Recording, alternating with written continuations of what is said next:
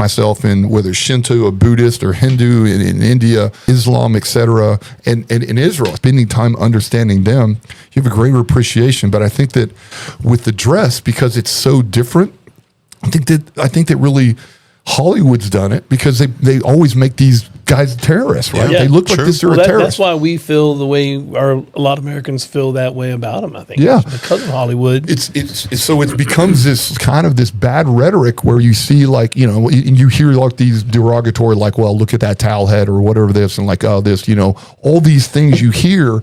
And it's really like this hatred, right? So it's kind of funny is that we use this term, which one of the terms I really hate when it's misused is like racist. Well, he's racist. Well, the bottom line at the end of the day is that's a true version of a racist, right? Because you're like, there's a race of people that grew up in the desert. That's why they have the traditional dress, and they want to keep the culture, right? They want to keep the culture intact, which is actually really cool, and they want to keep it alive. Like Abdulaziz's father was a falcon hunter, right? That's so it's like sick. Those falconers, dude. Yeah, so the falconers, so and actually his father was the crown prince, and he gave up the position as a crown prince because he says, I just want to hunt falcons. That's what I love. That's my passion. Wow. So instead of saying, hey, I want to take over, I said, this is let's say my path.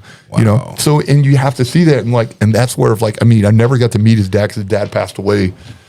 Before, I became friends with the family, but that was the type of man he was. But if I'm around the kids, I call it the kids, like Omar, Nasser, Hamed, etc., Ali, and if Sheikh Abdulaziz, if I'm around that family, they are some of the best quality human beings that I've ever been around. I'm like, man, it's just like, and they're humble. They're not, and they're not what you would think, right? People think, oh, they have all this money and now it's went to their head, but they're quite the opposite. So